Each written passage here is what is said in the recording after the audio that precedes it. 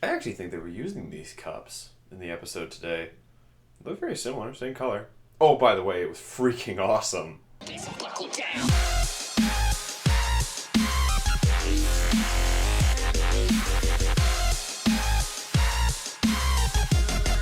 So last week I said that the best episode of the newest season of True Detective was that week. That's wrong, because this episode was the best episode of this season of True Detective. Okay, I'm just going to jump right up to the end.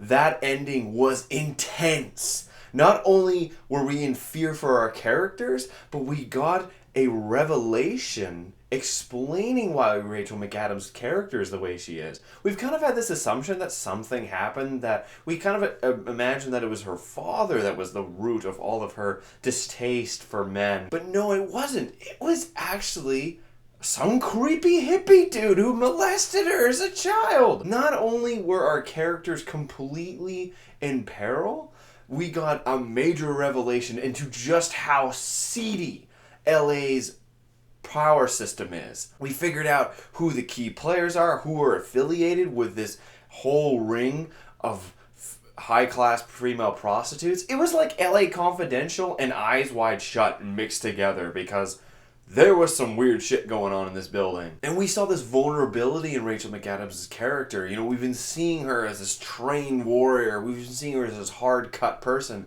But we saw her pretty much almost at her weakest, but then as well at her strongest.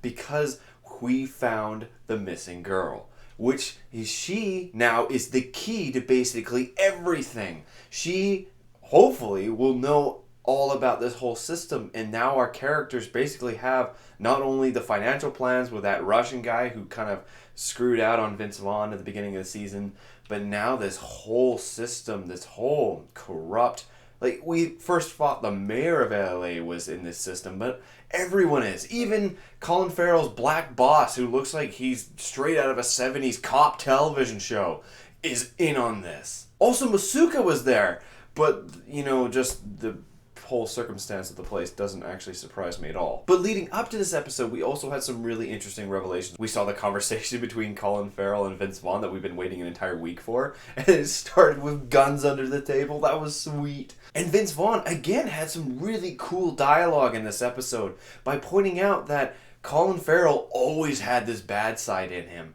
and that basically he was waiting for a way to come out, and Vince Vaughn inadvertently gave him away. But then he goes and meets the rapist and gives him probably the most threatening threat of all time, peeling off his skin with a cheese grater and then chopping off his butthole. Again, Taylor Kitsch was kind of off to the side. He basically was really only in it twice. Again, we're getting this trope sometimes that he's only in it for like 2 major scenes. Really, the whole episode was Colin Farrell and Rachel McAdams.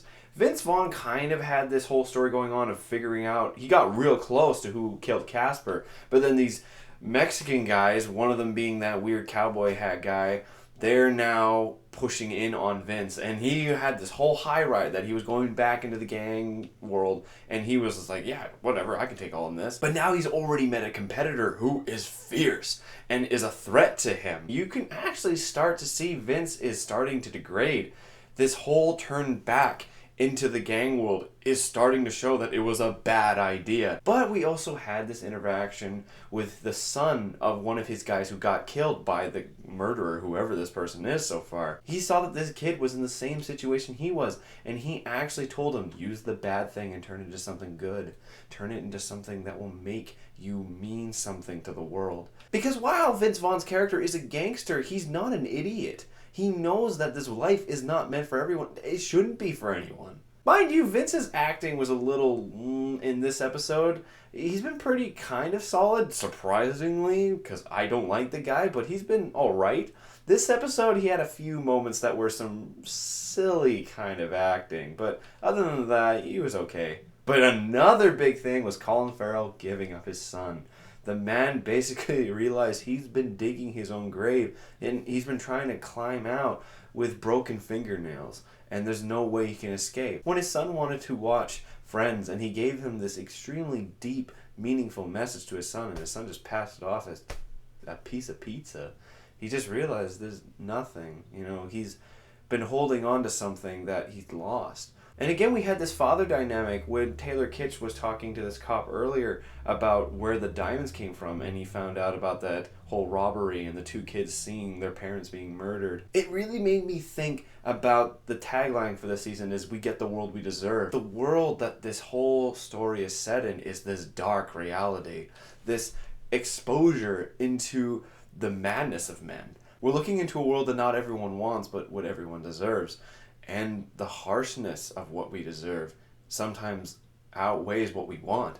Definitely in this episode. And then again, the finale was fantastic. What an intense scene. We had a mini version of Matthew McConaughey going back into the whole undercover scene with Rachel McAdams' character. And she diced up that dude at one point. Two of our main characters had their most vulnerable moments. And actually they turned them into their strongest because Colin Farrell accepted what was wrong with him, and he accepted that he was losing, and he accepted this outcome. All he wanted was that his son would still believe that he is his father, which it is the one, you could say that it's a victory in a sense, but he still loses, but he still is all right with that. He has accepted that this is what's going to happen. So in the end, what is my rating for this episode? 7 out of 7. Straight up. This is the best episode of the entire season. I was standing watching like this for the last 10 minutes. I was so intense. I thought something was going to go down. I thought someone was going to die because I was so freaking scared for our characters. And you can tell, you know, the next 2 episodes are going to be intense as hell. Oh, want to do a shout out to BarTube, this other YouTube reviewer. Thank you for mentioning me and giving a shout out to me. That was awesome. And I'll do the same for you. She's got a lot of really cool episodes. She talked a lot about Game of Thrones. Looks like she knows her stuff. I don't, but she looks like she does. She has a good following. So check her out. And again, thank you to you, BarTube. That was great. Thank you for the shout out. Anyway, guys, that's all for me. I'll see you later.